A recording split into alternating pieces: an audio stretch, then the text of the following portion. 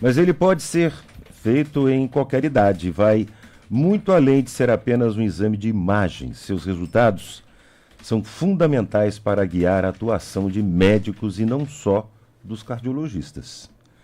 Quem vai conversar conosco a respeito desse assunto hoje é a doutora Luísa Lovise, cardiologista, especialista em ecocardiografia e que faz parte do corpo clínico do Monte Sinai. Doutora Luísa, um prazer enorme receber você aqui, bem-vinda. Obrigado pela disponibilidade em nos atender também. Não, imagina. Vamos lá. O ecocardiograma seria considerado assim um exame complementar a outros exames de rotina para dentre os mais conhecidos, não?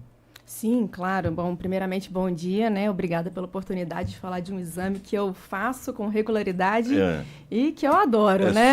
É o seu trabalho diário, praticamente. É meu trabalho diário, na verdade. Mas sim, né? O ecocardiograma, eu acredito que o mais conhecido é o eletro, né? Aquele que nós fazemos em consultório. Exatamente. Porém, o ecocardiograma, ele faz parte hoje dos exames mais iniciais dentro da cardiologia, né? Eu gosto de explicar o ecocardiograma como o ultrassom do coração.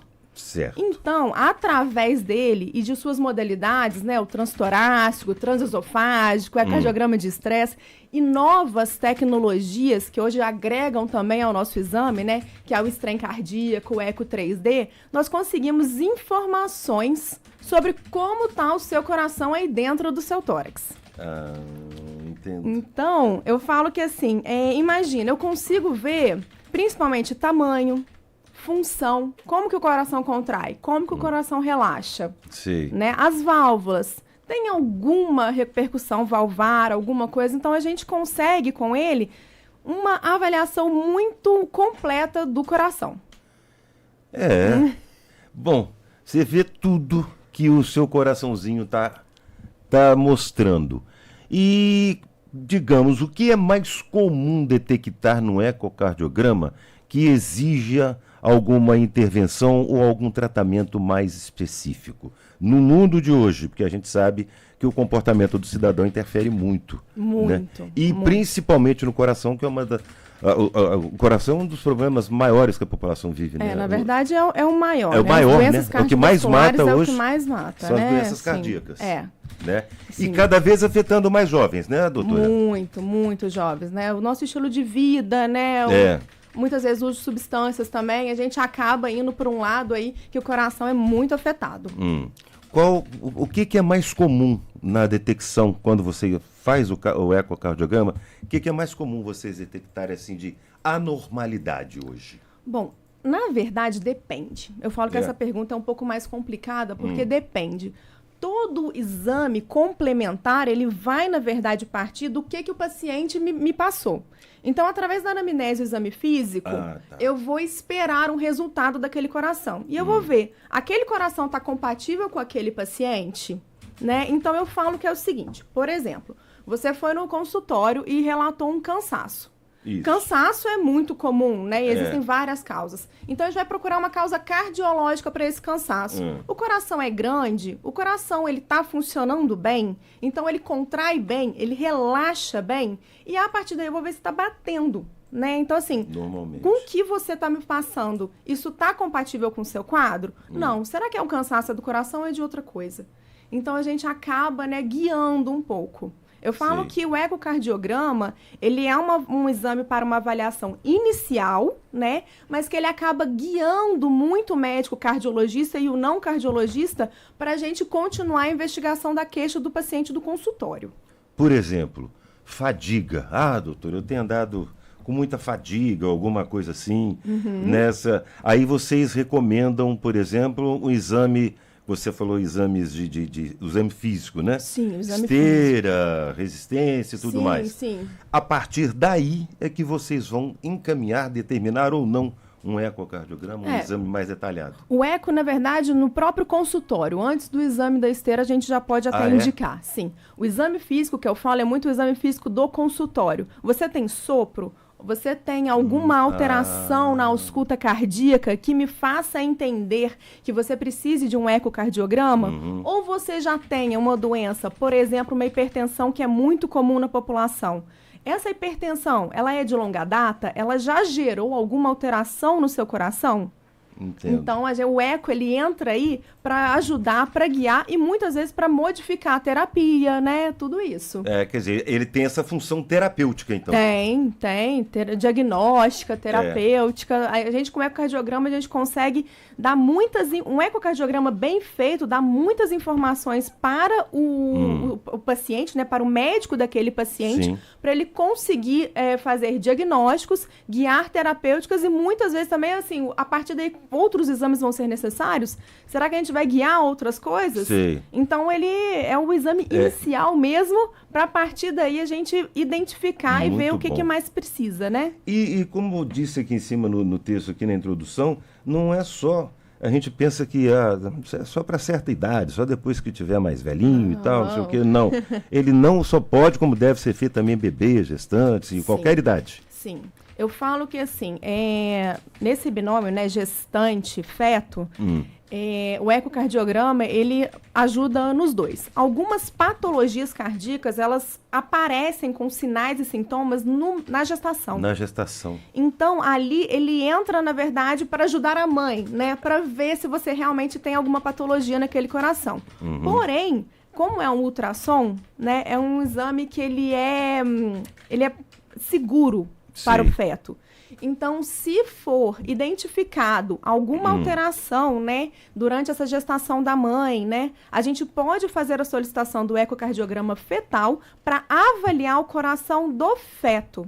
E a partir daí, a gente vai identificar, olha, se tem alguma alteração, talvez seja necessário o parto ser em um local que tenha uma segurança maior para aquele bebê. Então, eu falo que não é só, né, o paciente idoso, não é só o cardiopata. O bebê também pode se beneficiar da segurança que o ecocardiograma pode trazer. Muito interessante isso. Vocês também atuam em procedimentos cirúrgicos, né? Eu gostaria que você explicasse um pouquinho melhor para a gente como é feito e qual o seu papel nesses casos. Bom, dentro da sala de cirurgia, né, a gente fala que hoje em dia a cardiologia ela está cada vez menos invasiva. A tecnologia está uma maravilha para isso, né, doutora? A tecnologia está incrível, Nossa. né? Então, assim, com essa menor invasão, né, a gente acaba entrando como se fosse um guia, né? Em muitos procedimentos, o ecocardiograma, ele consegue identificar onde está um catéter, né? Para onde que ele vai, qual que vai ser o movimento que vai ajudar, às vezes até na liberação de dispositivos. Então, o ecocardiograma, ele ajuda desde o pré, na identificação de problemas, né? Dentro ali da cirurgia, né, dentro do procedimento, a gente também ajuda. E também, assim, como ficou esse resultado, né? Foi um dispositivo que foi colocado em alguma válvula? Como está esse resultado, né? Ficou legal? Ficou bom? Precisa de mais uma nova abordagem, né? Então, a gente entra ele também.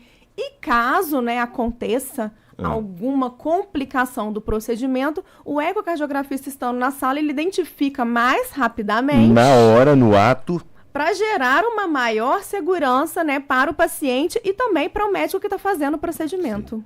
Essa tecnologia aí que está... Aliás, a maioria dos médicos intervencionistas ou cirurgiões que chegam aqui falam isso. É muito menos invasivo. Hoje está muito mais tranquilo de fazer. Essas cirurgias são muito mais fáceis.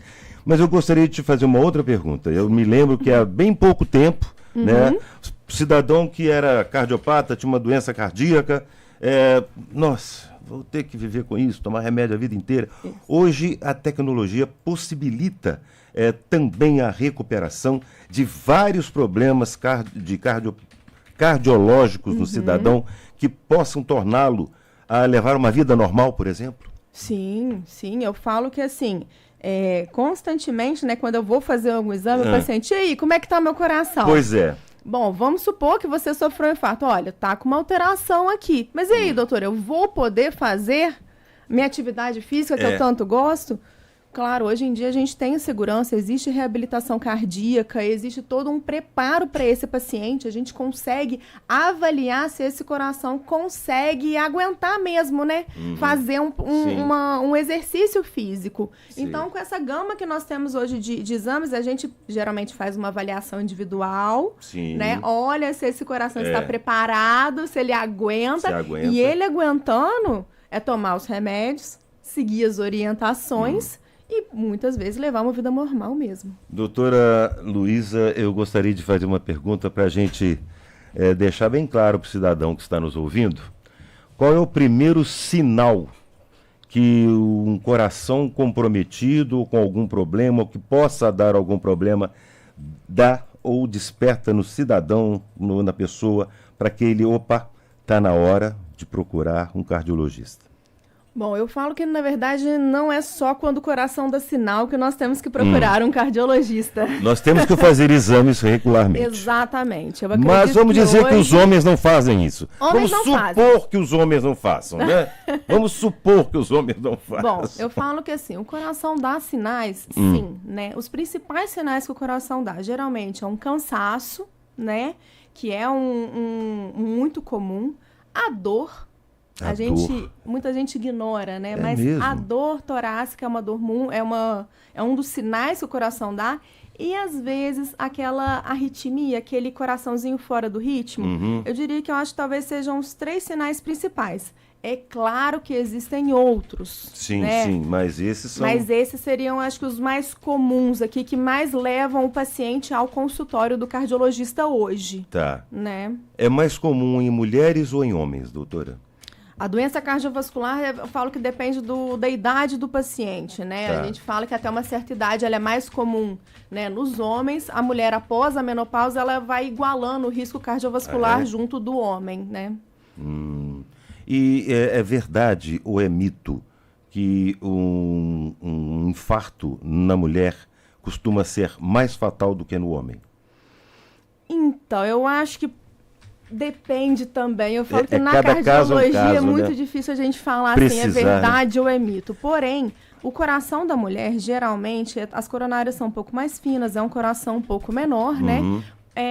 Mas a mulher, geralmente, ela infarta um pouco mais com o avançar da idade, enquanto o homem também geralmente infarta um pouco mais jovem. Mas não tem uma resposta. É verdade ou é mito? Depende. Depende do caso. Cada caso é um caso, Cada caso né, é um doutora? caso. O que seria, assim, aquele grande alerta para quem está nos ouvindo que não faz os seus exames periodicamente? Eu costumo dizer, eu gosto sempre de falar isso aqui, doutora, às vezes é repetitivo, mas é para alertar principalmente os homens. Eu descobri um câncer de próstata através de um exame cardíaco, através de um procedimento de check-up com um cardiologista. Que os meus exames estavam, ele ainda falou assim para mim, seus exames estão ótimos, tá? Só que o seu PSA está muito... Esse não está bom. Esse não está bom. Você devia procurar um urologista. E procurei, constatou. Quer dizer, se eu não tivesse ido no cardiologista, eu não iria no urologista porque eu não estava sentindo absolutamente nada. Então descobriu-se a partir disso. Eu sou grato a ele, viramos amigos por causa disso. Foi você que descobriu. Então, certeza. Fiz a cirurgia, não tenho sequela nenhuma, não teve problema nenhum, nem químio eu precisei fazer, absolutamente nada. Por quê? Exames preventivos. Isso. Check-up. Esse é o grande recado para a população? Eu acredito que sim. Tá, eu acho que assim, você sabe qual que é a sua pressão? Você sabe o seu colesterol? Você sabe como anda o seu coração? Porque com o dia a dia, né, com a correria do dia a dia, a gente acaba ignorando muitos dos sinais cardiológicos, exatamente. Né? Porque o cansaço é uma coisa que está no nosso dia a dia, né? Tudo isso. A dor, às vezes, né, a gente exagera um pouquinho na academia, então acha que é isso. Aí vai. Mas eu acho que o recado mais importante é você já fez essa visita, você já fez essa avaliação, até para quem já está fazendo atividade física. Você fez essa avaliação antes de ir, né, antes de começar, você fez uma avaliação cardiológica. Eu acho que isso é o grande sinal. Você sabe sua pressão, você sabe sua frequência, você sabe como que você tá? Vai ao médico, né? Marque pelo menos eu uma acho que vez. não custa, né? Eu sei que a gente é meio chato às vezes, mas é necessário. Principalmente numa certa idade a gente tem síndrome de super-homem, né? Tem. Infelizmente. Principalmente os homens. Com certeza. Eu quero agradecer imensamente a doutora Luísa Lovise, cardiologista, especialista em ecocardiografia e que faz parte do corpo clínico do Hospital Monte Sinai. Obrigado, viu, pelos esclarecimentos, pela sua participação. Um prazer enorme ter você. Muito obrigada pelo espaço. Até a próxima. Até. Transamérica 952. Pergunte ao doutor. Oferecimento. Hospital Monte Sinai. Porque hoje o que importa é poder confiar. Reumatocenter. Centro de referência em reumatologia e terapia infusional.